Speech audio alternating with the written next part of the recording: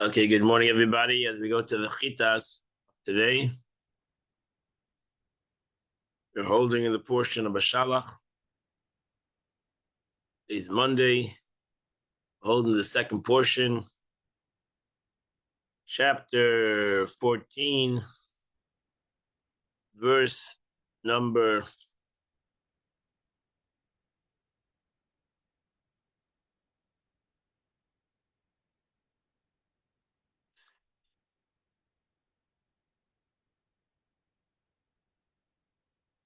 2nd.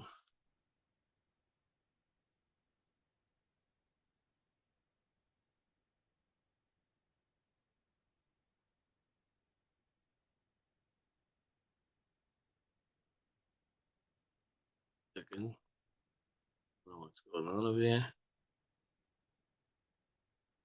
Okay. Holding on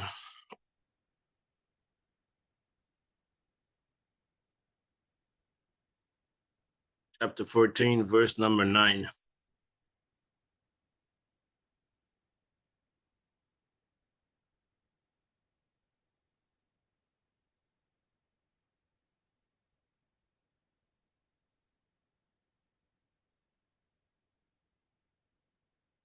The Egyptians ran after them. By Yasigu, and they caught him. They reached them. And then when they were encamped by the sea. All the horses of the chariots of Pharaoh, the Chele and his whole army, they were encamped on the mouth of Chiles, before the deity of Baal Tzifon. Verse number 10, and Pari drew near himself. And the Jewish people uplifted their eyes. Behold, they saw the Egyptians are coming after them. And they were very frightened. And the Jewish people cried out to God. Now she says, Pari Hikriv. It should have said, it should have said, seems the scripture ought to have written of Pari Karav. Pari came forward. What then is the meaning? Hikriv, he brought himself forward. And then Rashi answers, he brought himself forward by boldly going ahead of them. Whereas he had stipulated with them that he would go ahead of them. The word Noise is singular, and they should have said Noisim. So here it signifies that the Egyptians are with one heart, meaning they're all equal to their hatred of Jews, which caused their action to appear like there was like one man and one hang after them. Another explanation, they saw the guardian angel of Egypt coming to Egypt's aid from heaven. They saw the Malach of Egypt. And that's what it meant, that he saw Nois Achreim. They saw this angel coming with them. So that's why they got frightened. They cried out. They took in the hand the craft of their forefathers. About Abraham, it says, to the place where he stood in prayer, started to pray. Isaac, it says, to pray in the field. And Jacob, it says, they prayed in this, we prayed in that place. So they took upon themselves practice of prayer. They prayed, davened. They said to Moshe, there's not enough graves in Egypt. There's not enough graves in Egypt that you've taken us to die in the desert. What have you done to us? That you have taken us out of Egypt. She says, it was because of lack of graves, that there are no graves in Egypt to be buried there, that you took us out from there. Verse number 12. This is what we told you in Egypt, saying, leave us alone. Let us even serve the Egyptians. it's better to us to serve the Egyptian than to die in the desert. Rashi says, where do they say such things? That's the Shemais in chapter 5. It says over there, may God reveal himself to you and judge you what you came to do to us. We were saying that we die. This is vocalized with a malpum. This Rashi goes and explains this, shows other places where it says the double mem, mimi seinu. Verse number 32, the Moses said to the people, Al tiro, do not fear. Stand firm, and you will witness the deliverance of God, which God will do for you today. Because as you see the Egyptians today, you're never going to see them again. Ashaz means the fact that you see them only today is that you have seen them, but you will never see them again.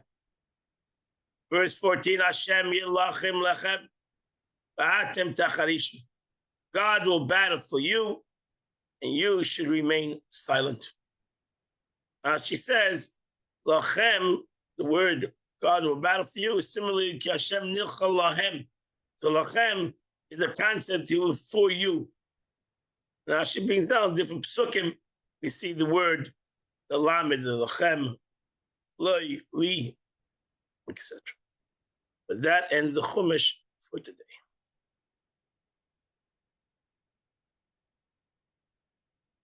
We now go to the 20th chapter of Tanya. Alter Rebbe explained the concept that love of God brings a Jew to do everything that's right. Eibishter planted a hidden love in every Jew, and that this hidden love gives the capability for every Jew to do the right thing. And Alter Rebbe said that within this hidden love, there's also a concept of fear. Because I love God, because I have a hidden love of God, therefore I don't want to do anything that would hurt God. And that keeps a Jew from doing everything that is not right, that he shouldn't do it. Alter Rebbe now goes and shows how this is in Torah. This is actually in the Torah itself. It's well known to everybody. In mitzvahs hazara, avodah zara, the commandment to believe in God, unity, and the warning of prohibition of doing idol worship, the two commandments, the first two commandments of Emunas Hashem, believe in God, and the second commandment, you shall not have any other gods besides you. Shein divrei harashonim, Anochi, I am God, your God. That's the concept of Emunas Hashem, to know God, to have faith in God, because God is your God. And that's why it says, God is your God who's taking you out of other tzaras in your life, and he'll take you out of this tzar. And then you have the second commandment, you should not have other gods. Really, these two mitzvahs are the entire Torah. Everything in the Torah, everything in the Torah is going to tell you afterwards, is really based on these two commandments. Number one, I'm God, your God. And that's why a Jew should have Emunas Hashem. And you shouldn't have any other gods. It means you shouldn't have any other things that contradict this concept. And we know that those are the two commandments. As the Alter Rebbe said in a second, those are only two commandments that we heard from God himself. Because the commandment, I am God, your God, automatically tells you why you should do every positive commandment. Every positive commandment should be done. Why? Because I'm God, your God. That's the relationship. You want to have a relationship with God, then we would do what we do, what another person, if we want a relationship with somebody else, hopefully we fulfill his wishes. And when he asks us a favor, we're there for him. That's the concept of this relationship. And then when God says not to have another God, Mrs. Layson, automatically that contains every negative commandment. Every negative commandment, if I do a negative commandment, is I'm creating another God. I basically taking on another person, another relationship. So really, the first two commandments is the entire Torah. And therefore, Shamanu, we heard. Shamanu means we heard, because every Jew is a Matan Torah. Every Jew who was there at that time, every Jew that would come later, every soul was a Matan Torah. So every Jew, me and you together, heard these 10 commandments. We heard both of these two commandments, Levad, only these two commandments, we heard it from God himself. As our sages tell us, Talmud, because these are the general concept of Torah. That's why we needed to hear this from God himself. So thus, we actually heard the entire Torah from God himself, where all the commandments are contained within these two, and are particular within a generalization. Therefore, just as the love of God motivates to obey these two commandments, even at the expense of his life, it may also serve to motivate him to observe all commands. So that's the general principle. However, this concept requires further clarification. Why should all positive precepts be considered as affirmation of God's unity? And why should all prohibitions be manifestation of idol worship? What is one thing? What is the eating non-kosher, God forbid, have to do with idol worship? Because nobody would do idol worship.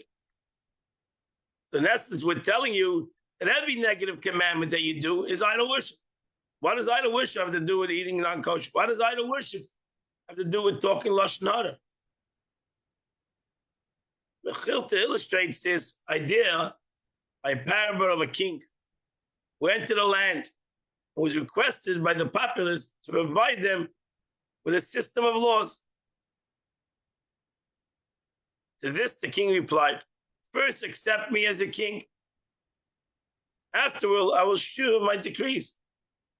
In the same way, belief in God, in one God, constitutes a foundation upon which all other commandments are built. Belief in God. If you don't believe in God, why you open the book? If you don't believe in God, why would you read the Torah?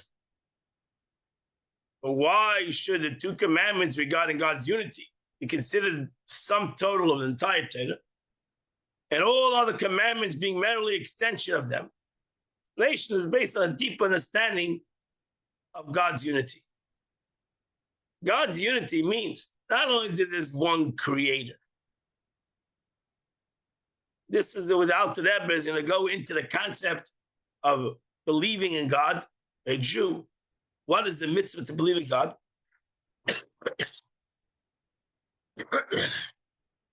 And the belief in God. I don't believe that there's a God in the world. Not anybody can believe. Most of humanity believe that there's a God in the world.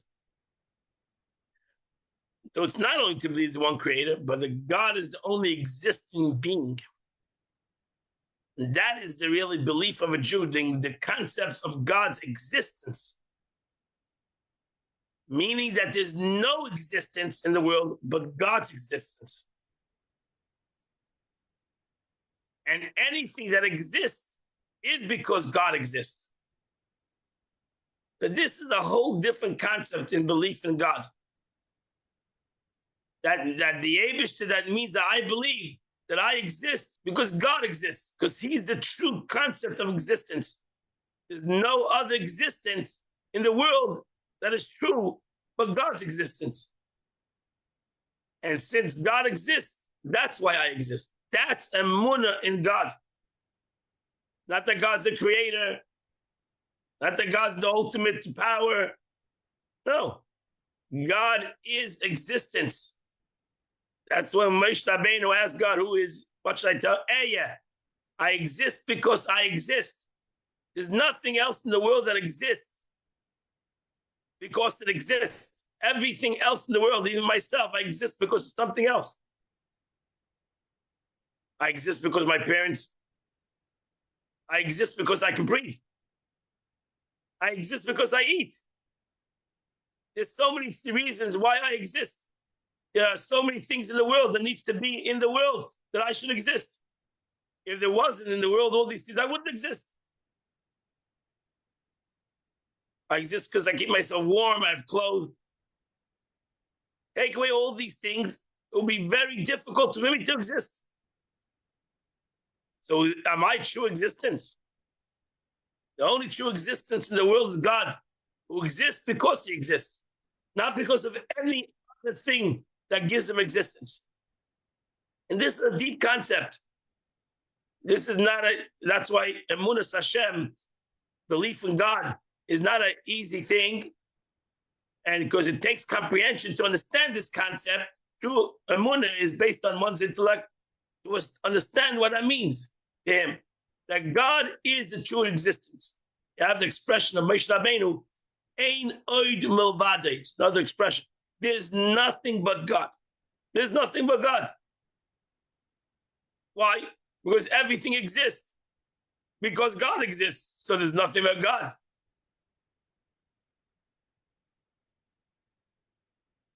That means that everything that I see in life, everything that I look at, is God.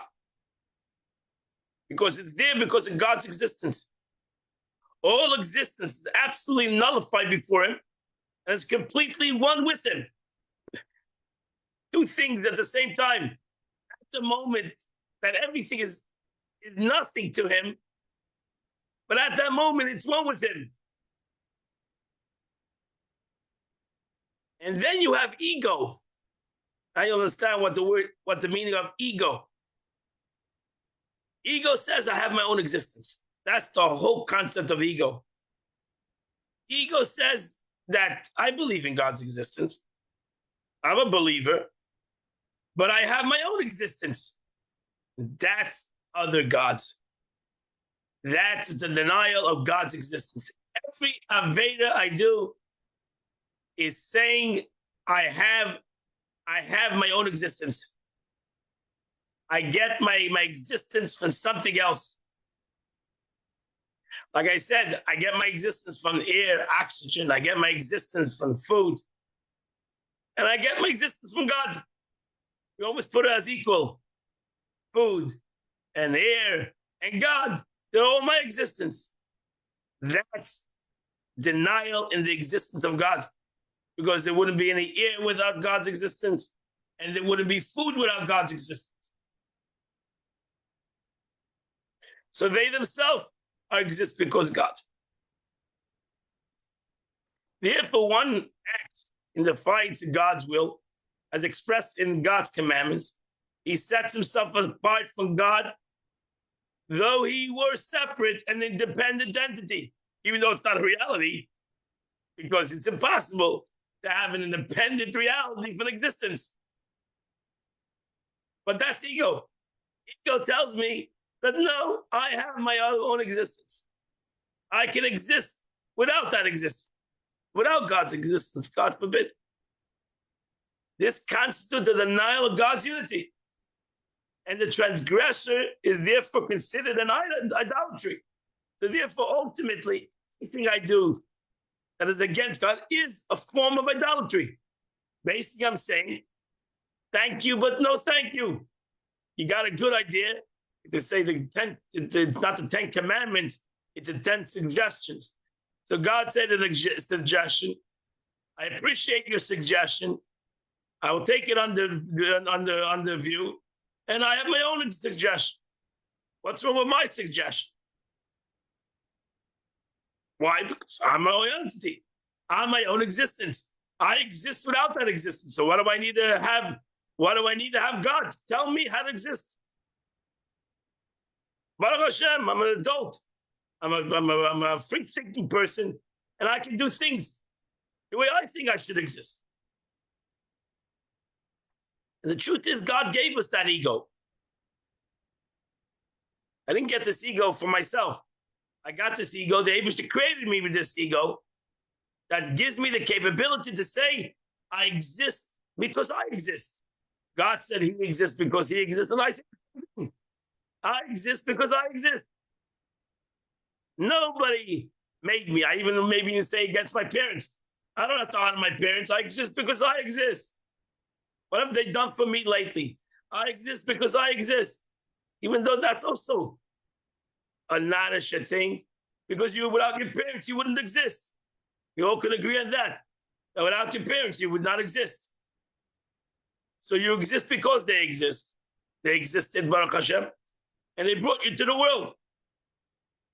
But I can say right now, how does my parents' existence affect me? So you're right. 60 years ago, my parents' existence created me. But the Eibishter, you can't say that. God's existence makes me exist right now. So that's what we're going to explain. We're going to try to explain a person to understand this concept of the unity of God. Shema Yisrael Hashem Elokeinu Hashem Echad. God is one. Oneness and unity of God.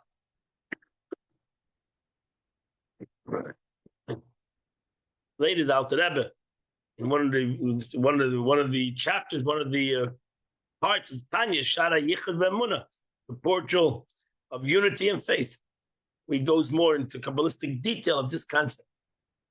So now the Alter Rebbe goes into it. Fine, in order to elucidate this matter clearly, we must first briefly speak in the essence of the unity of God, who's called one and unique. You must understand the essential meaning of this phrase. Yachid u'miyuchad, you find these expressions. In the Torah, the concept of Yachid, that he is one, u'miyuchad, and he's unique, which lends it to various interpretations, that there is only one God, one creator, and he is one being, not compounds of various powers and so on. So that's why there was this big debate in the times of the Alter Rebbe, even in the times of Maimonides. With Maimonides, as we know, the big debate between Maimonides and the Maimonides, the concept of expressing God as Chacham. And God was wisdom. That's what Maimonides said. God is the concept of wisdom. That already is according to some, a deflect of God. You're comparing him to the concept of wisdom. God is God.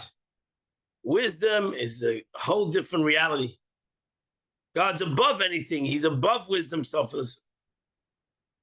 So we have to comprehend this concept that the Eibishter is one with his wisdom. That was with Alter Rebbe ultimately explains the Rambam. Yeah, sure, there is God, the way he's above self-understood, and everything is nothing, but there's ultimately the oneness of God. And the way that God comes into wisdom and even into everything ultimately in this world. Because God is the existence of everything in the world. So at the same time, when God, self-understood, is above everything in this world, at the same time, he's one with everything. And this is the paradox, which is hard for you human being to comprehend, the finite and the infinite to come together. And that's why humans cannot comprehend totally this concept, because they're a finite chachma, they have a finite wisdom, and therefore doesn't give them the capability to be able to unite the infinite to the finite. And that's why God is one and unique. Because God is unique, that he can create and he can have the infinite and the finite at the same time. Because if you're going to say God is infinite and not finite, also you're limiting him. And if you're saying he's finite and he's not infinite, you're also limiting him. So God is finite and infinite at the same time. And that is unique. That is something that a human being, as the Rambam says, cannot comprehend. The past, present, and future at the same time, a human being cannot comprehend. It's impossible. It's a finite mind understands the past as the past, present as the present, the future as the future, because once God created in the world time and space, now we live in a world of time and space. How can we have a world of time and space that at the same time is above time and space? It doesn't make any sense.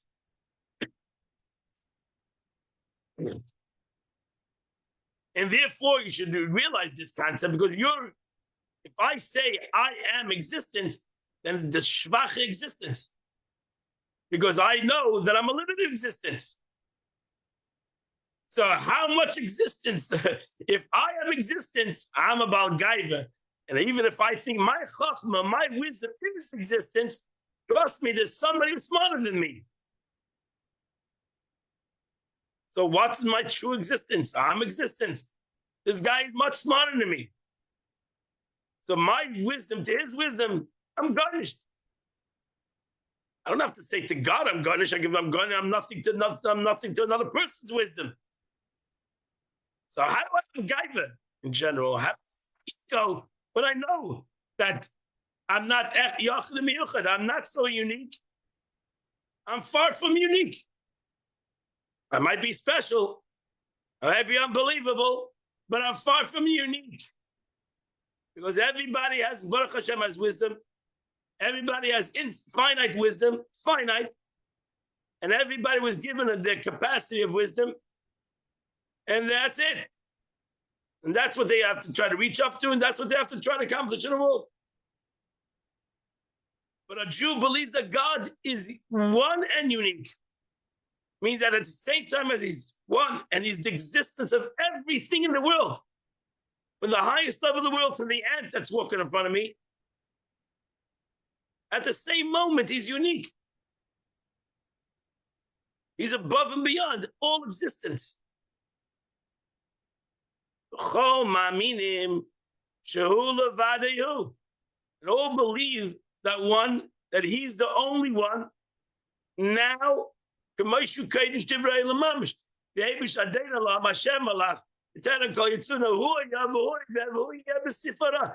you say it every day in your davening.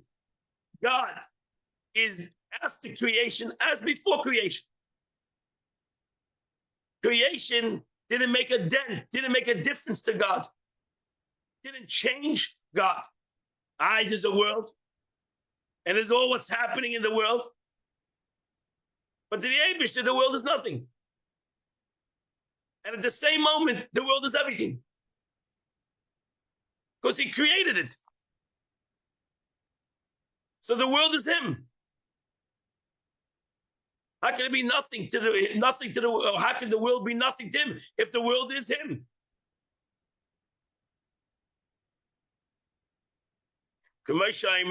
As we say, we say in our prayers, you you are he who was before the world, and you are the same after the world. Because the world has not changed anything in you. Because the world is finite and you're infinite. So therefore, your unity, even though you're united with the world, and the world is you, but the world does not change you, because ultimately everything is you.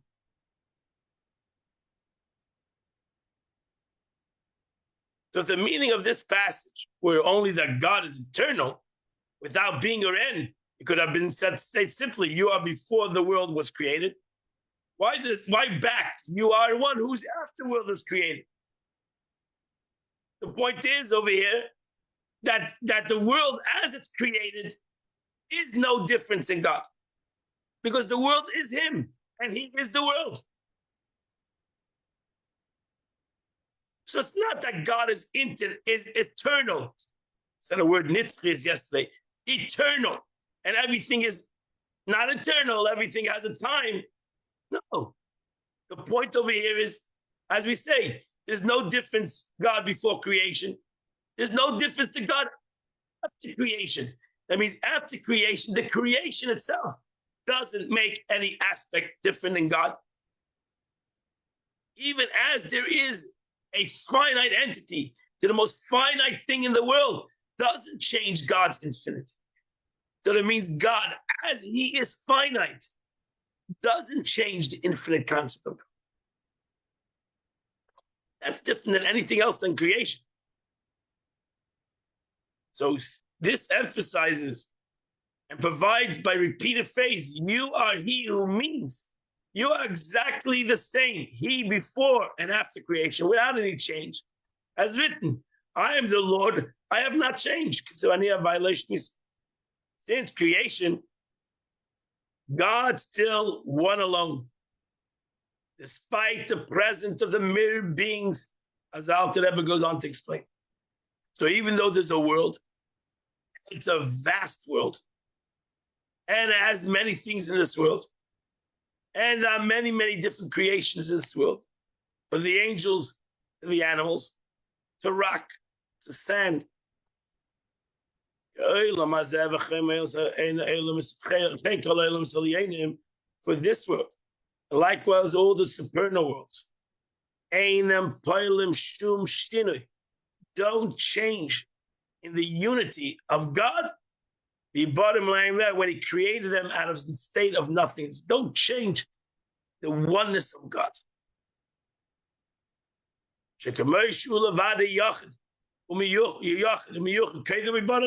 But just like God was one, single and unique, before they were created, so he is one, alone, single, and unique. After he created him.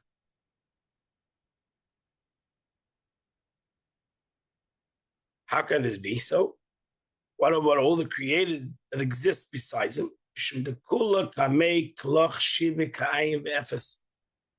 It is so because all is naught besides him, as absolutely non-existence. But they are in existence. Again, they are all in existence because he exists. So therefore, they're all not into his existence. If something else needs something else, then you are bottled to that need. Nobody should get sick and need to breathe. And they'll realize the necessity of breathing. And without it, they can't exist. And what they will do to make sure they breathe. What they will go through to make sure they breathe. A simple thing of breath. A simple thing. Nobody should realize, we say in our davening, we say when we go to the restroom, there's a very powerful bracha. Everybody should know that by heart because they go to the restroom during the days, every day, a couple of times. And then whether you say that, God, open up if one of the things in my digestive system would not work, chas v'shalom, it would be great solace. Great solace. So I don't think about it, Baruch Hashem, as long as I'm healthy and well, and everything is knocking and zetzing, and everything is working, Baruch Hashem. But I need to realize that without this existence that I have over here, a Pashut wouldn't survive. And here we're talking about physical things, we're not talking about God. That's God's existence. God exists in everything that exists because everything is on his existence. Alter Rebbe goes on to clarify this point. It's a deep point. Explanation in brief. All creation came about through the word of God. That's what the Torah. Torah says God created the world through speech. And we see with man, one word has no value whatsoever next to the power of speech, which has the capacity to allow him to go speaking endlessly. So we have the word in comparison to the power of speech in me. One word has nothing to the power of speech because I could speak endlessly as long as I live. I can speak endlessly. Some people say I do speak endlessly. So I can speak endlessly. It has even less value compared to one's power of thought, the source of speech. And next to the soul itself, from which both thought and speech derive, one word, or even many words, is certainly a non-entity.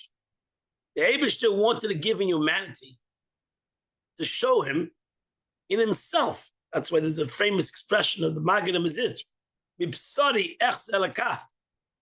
From my own body, I can see godliness.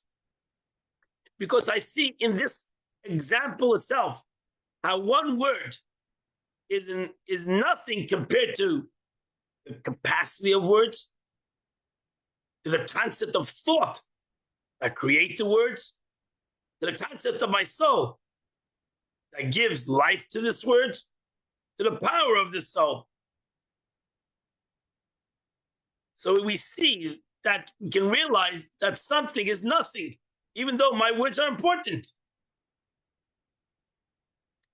The Torah says, keep your words, protect your words, they are holy things. Words are a powerful thing. Words are the creation of the world. Just like God created the world through speech. Power of words. We should realize, and we shouldn't play around with words. So how much more so then, in comparison to God? If I can understand this analogy within myself, my word, who is infinite, his word, which represents his creative and animative powers, is as not totally non-existent. That's why Alter Rebbe says is the reason why the Eibishter created the world through words. The Eibishter created the world through words. It's interesting. God could have created the world through his machshava. Why does it say Asara Ma'amara is Nivra Elam? The Eibishter created the world, 10 utterances. And that's the reason, the Alter Rebbe says. The reason is to tell us, to give us an analogy. What is the world to God? The whole world to God is a word. God created this whole world with 10 words. What is 10 words to a human being's words? Garnished. Nothing. So this whole world is nothing. That's why Asara Ma'amara is Nivra Elam, to tell the world, to teach the world to comprehend the meaning of nothing. And at the same moment, the meaning of everything. Because the world has no existence without God, so the meaning of the true existence of the world is gone. The truth is, as the Baal Shem Tov said, the existence of this whole world is these Asara Ma'amaros, is on these 10 utterances that God continues to say every second of the day.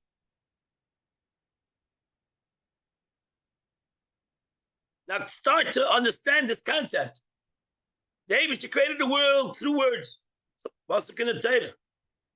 And these words, the Eibishter God continues to say on a constant basis, let there be light, let there be a sky, let there be water, etc., etc. 10 mamaras, 10 utterances that God said in the beginning of Genesis, which we started at the beginning of this year.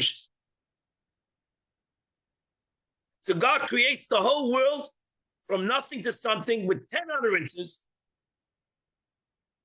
that the something should realize that he's ultimately a nothing, that he shouldn't have any yesh, that even though God's going to give you an ego, you should know that's the word yesh. May ayin liyesh, from something from nothing. Ayin liyesh. And what is yesh? Yesh is ego. Yesh is ego.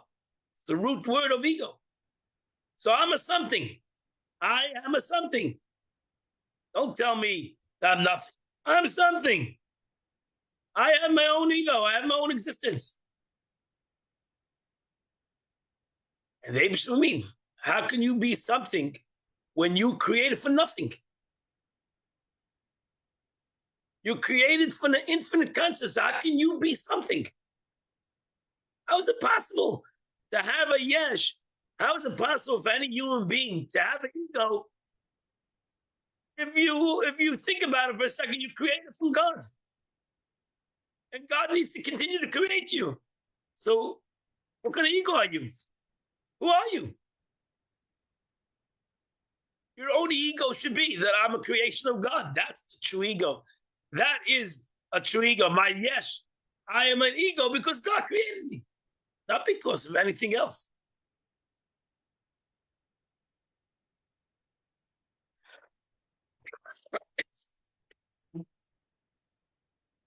So what follows the lengthy exposition of this concept, which carries over into the next chapter. Because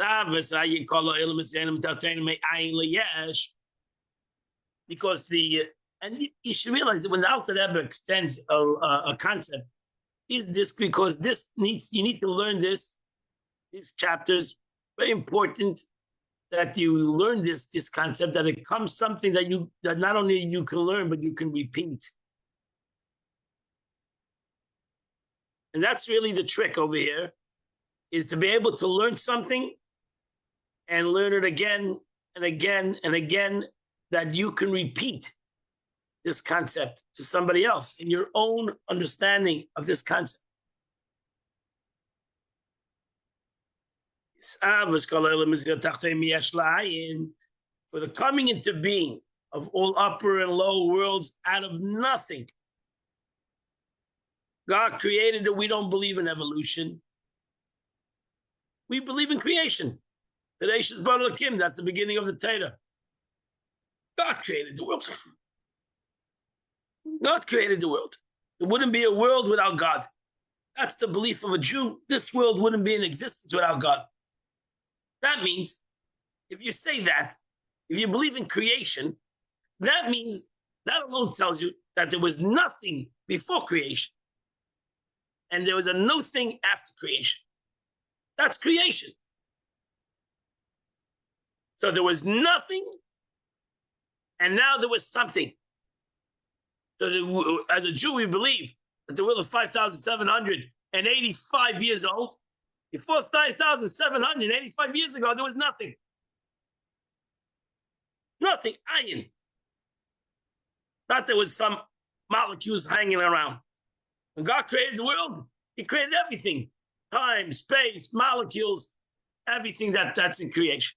Before that was nothing. Hard to come down, mean nothing. Nothing. That alone is something a person has to think about. What that means. Yes, that alone, the concept of something from nothing is also a concept that a Jew has to understand what that means. There's nothing to something. The Baal Shem Tov said, every minute is nothing to something. Every minute is nothing to something.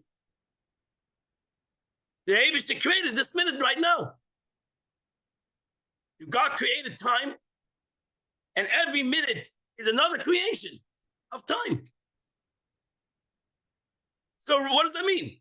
If you understand this concept, then that means right now is a new time.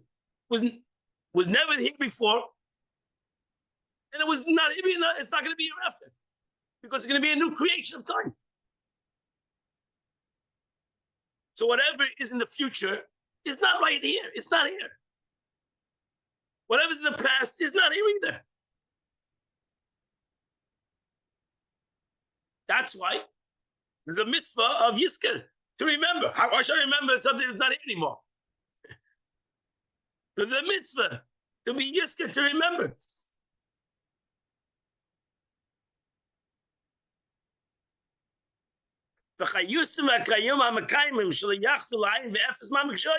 And there's the life force, since it was not here before, and now it's here. Why? Because God creates it. So that means that there's a life force that gives it a creation right now. See, the problem is we think we're just the continuation. That's evolution. We just continue. We're just the continuation. Everything's happening because of the past. We're just continuing. There's no new in anything that we do. We're just continuing. Some people continue the ways of their parents. Some people continue the ways of their grandparents. Just continue. This whole life is just a continuing.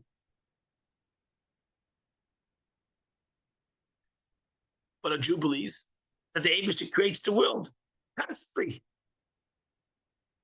There's a renewal right now that happens in the world right now. Why?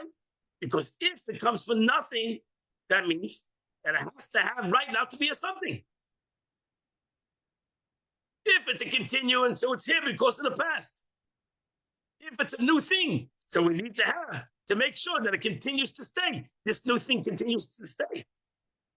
And therefore, God creates the world every second. That it should not go to the nothing that it was before.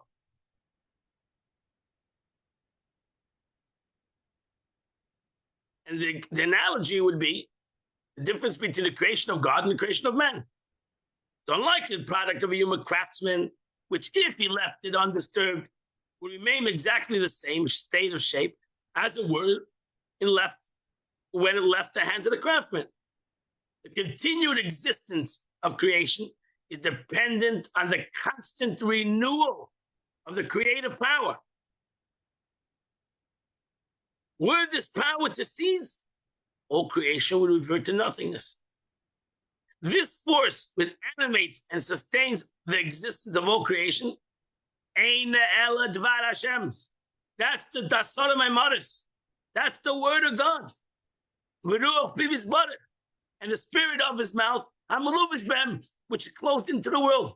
So God continuously, so to say, says, let there be earth, let there be light, let there be man, let there be the son of my mother's, the 10 utterances that give existence to the world on a constant basis.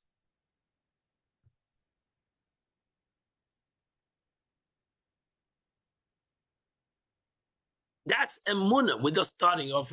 That is the concept. Alter Rebbe is trying to explain you what is emunah Hashem of a Yid. What is the belief of a Jew in the faith of God? What does he mean when he believes in God? This is emunah Hashem. Here the Alter Rebbe is giving you, teaching you what emunah Hashem. If you, all of us, can understand this, and the Alter Rebbe is not finished, but this is where the Tanya ends today. If we can understand this to its detail of what this emunah means, and how it entails, and how it means to each and every single one of us, we'll have a whole different attitude. The concept of a emunah in the Eibishter and faith in God, and ultimately in everything that we look in the world, we'll look at it in a total different way. But we shall continue, my dear friends. We have not finished. Alter Rebbe is not finished yet. It's explaining this concept, and the Mitzvah will continue tomorrow. But today is the 5th day of the month. The Tillim of the day is chapter 29 to chapter 34. Do those chapters, you do the chitas of the day. Today, the yom of today is as follows. Sometimes you see the yom connected to the Tanya of the day. The Rebbe writes today on the 5th of Shvat, one must recite the words of Torah copiously, saying Tillim or verbally reviewing a Mishnah whenever or wherever possible,